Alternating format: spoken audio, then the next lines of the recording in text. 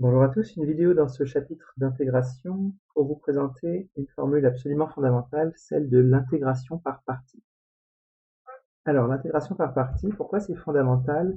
D'une part parce que c'est une technique sur laquelle vous serez systématiquement testé dans un problème d'analyse et qui sera aussi utile en proba. Donc en gros, dans 2 épreuves sur 3 que vous allez avoir à faire, vous serez testé sur l'intégration par partie.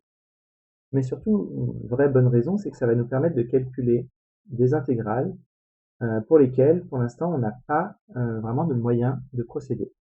Pour l'instant, je vous rappelle, la seule manière qu'on a de calculer une intégrale, c'est de reconnaître une formule de dérivée connue, et donc d'appliquer la formule de la primitive correspondante. C'est-à-dire qu'on a notre tableau avec des fonctions et puis des dérivées qu'on connaît, et la technique qu'on a pour l'instant, c'est si par chance dans l'intégrale, on reconnaît quelque chose qui est du côté des dérivées, eh ben on peut lire le tableau dans l'autre sens et donc trouver une primitive à mettre entre les crochets, etc. Mais ce qu'il y a, c'est que ça, c'est un petit peu limité. Dès qu'on a des formules, même pas très compliquées, hein, qui ne sont pas dans la partie droite de notre tableau, dans la partie dérivée, bah, on est un petit peu désemparé.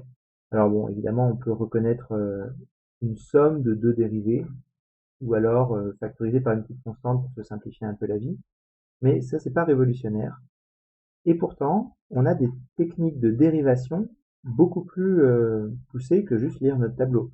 On a appris à dériver un produit, on a appris à dériver une composée, etc. Donc ça, c'est des choses qu'on n'a pas du tout exploitées pour l'instant dans notre recherche de primitives. Et alors l'intégration par partie, ça va justement être l'exploitation de la formule de dérivée d'un produit pour simplifier des calculs d'intégrale. Si on regarde la formule de dérivation d'un produit, on a la dérivée de UV, c'est U'V plus UV'.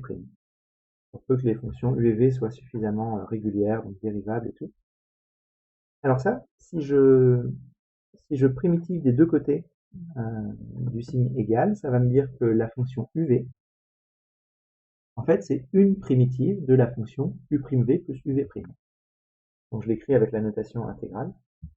Et ça va être l'exploitation de ça qui va nous donner une technique pour simplifier des intégrales. C'est-à-dire que si je regarde non plus comme ça en termes de primitive, mais entre deux bornes, on va voir fonctionner ça.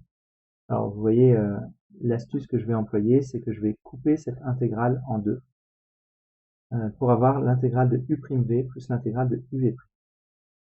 Alors regardons donc entre deux bornes A et B ce que ça donne. Si je me fie à juste une question de dérivée et de primitive, l'intégrale entre A et B de U'V plus UV', c'est la fonction UV prise entre A et B, c'est-à-dire U de B fois V de B moins U de A fois V de A. Donc ça, c'est juste le calcul de cette intégrale-là en constatant que UV, c'est une primitive de U'V plus UV'. Ça pose pas de problème. Et alors maintenant, je vais regarder ce que donne cette intégrale et je vais employer l'astuce que je vous prédisais de la couper en deux. Donc j'ai donc l'intégrale de U'V plus l'intégrale de UV' qui donne la même chose.